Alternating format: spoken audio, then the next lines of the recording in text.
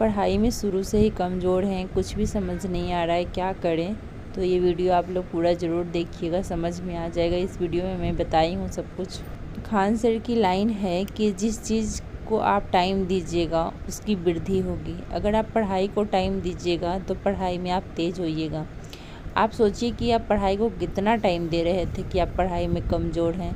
कोई भी इंसान अगर पढ़ाई को टाइम देगा, किसी भी चीज़ को टाइम देगा, तो वो कमज़ोर नहीं रह सकता, उस चीज़ में पीछे नहीं रह सकता है।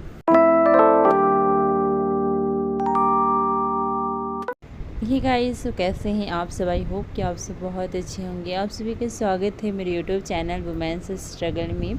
ये संडे का ही वीडियो है और दोपहर के 12:05 हो रहे हैं और मेरी पढ़ाई अभी से हो रही है। कल लगभग मैं 5.5 घंटे पढ़ी थी, तो अभी सबसे पहले मैं यहाँ पे करूँगी इंडियन ज्योग्राफी पढ़ूँगी।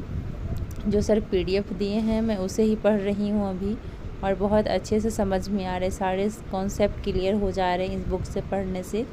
और एक बार मैं क्लास का भी रिवीजन करूँगी तो और अच्छे से सारे कॉन्सेप्ट क्लियर हो जाएंगे। और कॉन्सेप्ट तो अब क्लियर हो गए हैं, बस याद करना है मुझे।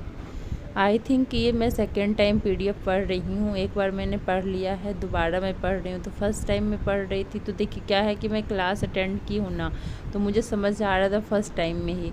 सेकेंड टाइम में अब याद होने लगा है, तो अब मैं इसे अगर बार बार पढ़ूँगी, और एक बार मैं और सोच रही हूँ कि क्लास देख लूँ अच्छे से इंडियन ज्योग्राफी का एंड वर्ल्ड ज्योग्राफी का, ताकि कहीं से भी कोई पोर्शन मेरा छूटे ना और मैं अच्छे से तैयार रहूं हर एक एग्ज़ाम के लिए। इसलिए मैं अच्छे से तैयारी करना चाहती हूं।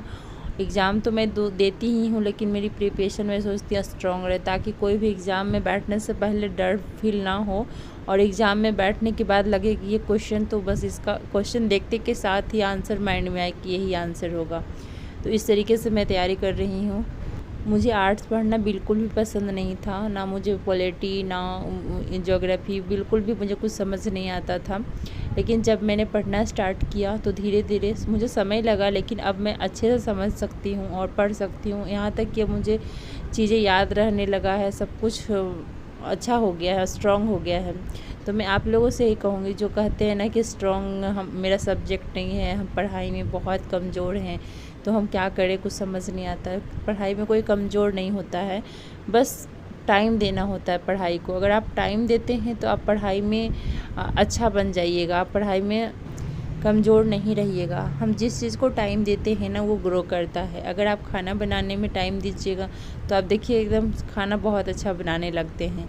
तो आप टाइम दीजिए पढ़ाई को। खान सर भी कहते हैं कि अगर कुछ समझ में नहीं आ रहा है, जैसे साइंस अगर समझ नहीं आ रहा है, तो एक बुक को आप 10 बार पढ़िए। नहीं भी मन लग रहा है फिर भी पढ़िए उसको।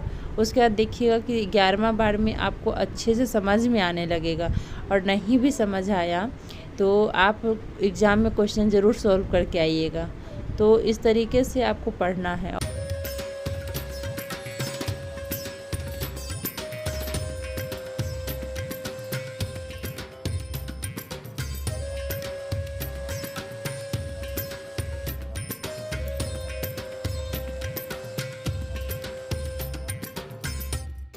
पहले हाउस वाइफ इतना एक्टिव नहीं रहती थी, उसको उतना नहीं रहता था कि हमें भी कुछ करना है। अगर शादी हो गया, ठीक है, शादी हो गई, वो घर देखती थी और हस्बैंड बाहर। लेकिन आज की डेट में हर हाउस वाइफ, चाहे वो ससुराल में रह रही हो, चाहे वो बाहर रह रही हो, वो कुछ ना कुछ करना चाहती है। वो खुद डिपेंड होना चाहती है, खुद अपने पैरों पे खड़ा होना चाहती है। इसका बहुत वजह है, बहुत सारे रीज़न हैं इसके। एक तो देखिए ये है कि वो अगर कुछ नहीं करती है, नहीं कमाती है, तो उसे सबसे पहला चीज़ तो दूसरे के ऊपर डिपेंड है। मायके में है तो पिता के ऊपर, और ससुराल में है तो पति के ऊपर, ससुर के ऊपर। तो वो ये सोचती है कि अगर मैं भी कुछ करती तो शायद मुझे ये सुनने को नहीं मिलता, शायद मुझे ये इतना जलील नहीं होना पड़ता हर चीज़ में। तो फिर वो सोचती है इससे अच्छा कि मेहनत करो और कुछ अपना काम करो। क्योंकि अगर जो हम घर में काम करते हैं ना, तो उसका कोई वैल्यू नहीं रहता है, उसका कोई महत्व नहीं रहता है। और जो हम बाहर काम करते हैं, कमा के लाते हैं, उसका बहुत वैल्यू रहता है, क्योंकि उससे इकट्ठा पैसा आता है। और जो हम घर में काम करते हैं तो वो अगर उतने ही चीज़ के लिए जो हम घर में काम करते अगर काम वाली रखेंगे तो समझिए कि कितना हमारा खर्चा होगा। लेकिन लोग नहीं समझते इस चीज़ को। और आप भी देखिए आज के डेट में समाज में उसी का ज़्यादा वैल्यू है जो बाहर जाके कमा रही है। घर में जो हाउसवाइफ है उसका कोई कदर नहीं है, उसको कोई कुछ समझता ही नहीं है। लोगों को यही लगता है कि ये कुछ लायक नहीं है, ये कुछ नहीं कर सकती है। मैं सभी लड़कियों से ही कहना चाहूँगी, चाहे कुछ भी हो जाए अपने पैरों पे खड़ी होना, दूसरे पे आश्रित मत रहना। चाहे कितना भी हस्बैंड सपोर्टिव हो, ससुराल वाले सपोर्टिव हों, उसके बाद भी तुम अपना ज़रूर कुछ ना कुछ करना। ऐसा मत सोचना कि हस्बैंड तो बहुत सपोर्ट करते हैं, हमें किसी चीज़ का दिक्कत नहीं है, हस्बैंड तो पैसे भी देते हैं, ससुराल वाले भी देते हैं, वैसा हमें क्या ज़रूरत है जॉब करने की। ऐसा कभी मत सोचना। सबको ज़रूरत होती है। खुद के लिए कुछ करो, अपने बच्चों के लिए करो। ये मत सोचो कि सिर्फ़ और सिर्फ ये मत सोचना सिर्फ हस्बैंड करेंगे, क्योंकि महिलाओं का भी बहुत बड़ा योगदान है देश की आर्थिक स्थिति में। अगर महिलाएं कमाती हैं तो देश का आर्थिक स्थिति सुधरेगा। इसलिए सब महिलाओं से यही कहना चाहूँगी, सारी लड़कियों से यही कहना चाहूँगी कि तुम भी कुछ करो, जॉब करो। अगर जॉब नहीं कर पाई तो बिजनेस करो, कुछ ना कुछ करो, लेकिन कमा के खाओ। घर में बैठे मत रहो, क्योंकि घर में कितना काम होता है। अगर ठीक है मानते हैं कि काम करते बहुत काम होता है, फिर भी इंसान बीच में 2-4 घंटे फ्री रहता ही है, चाहे कितना भी काम क्यों ना हो। तो उसी में अपना अगर बाहर जाकर नहीं कर सकते तो घर में बैठे हुए कुछ करो, लेकिन कुछ ना कुछ करो। लाइफ मिली है तो कुछ ना कुछ करके दिखाओ, कुछ करके जाओ। ऐसा कुछ करो कि आपके जाने के बाद भी आपको याद किया जाए। तो अभी मेरा यहाँ पे इंडियन ज्योग्राफी कंप्लीट हो चुका है और मैं अभी यहाँ पे पढ़ रही हूँ पॉलिटी। तो अभी साथ में 3-4 सब्जेक्ट लेकर के मैं चल रही हूँ, जैसे इंडियन ज्योग्राफी, पॉलिटी और आंतरिक सुरक्षा, और एक साइंस या फिर हिस्ट्री, ऐसे जिस मतलब जो टाइम मिल रहा है ऐसे इसके अकॉर्डिंग मैं पढ़ ले रही हूँ। तो साथ के साथ अभी मैं लेकर के चल रही हूँ 3-4 सब्जेक्ट जो कि मैं डेली के पढ़ रही हूँ।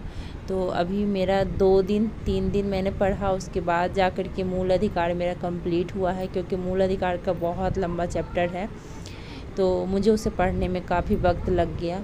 और अभी मैं यहाँ पे पढ़ रही हूँ प्रस्तावना। तो आई थिंक मुझे लगता है 2 या 3 दिन लगे थे मूल अधिकार को कंप्लीट करने में। तो मैं अभी प्रस्तावना पढ़ रही हूँ यहाँ पे।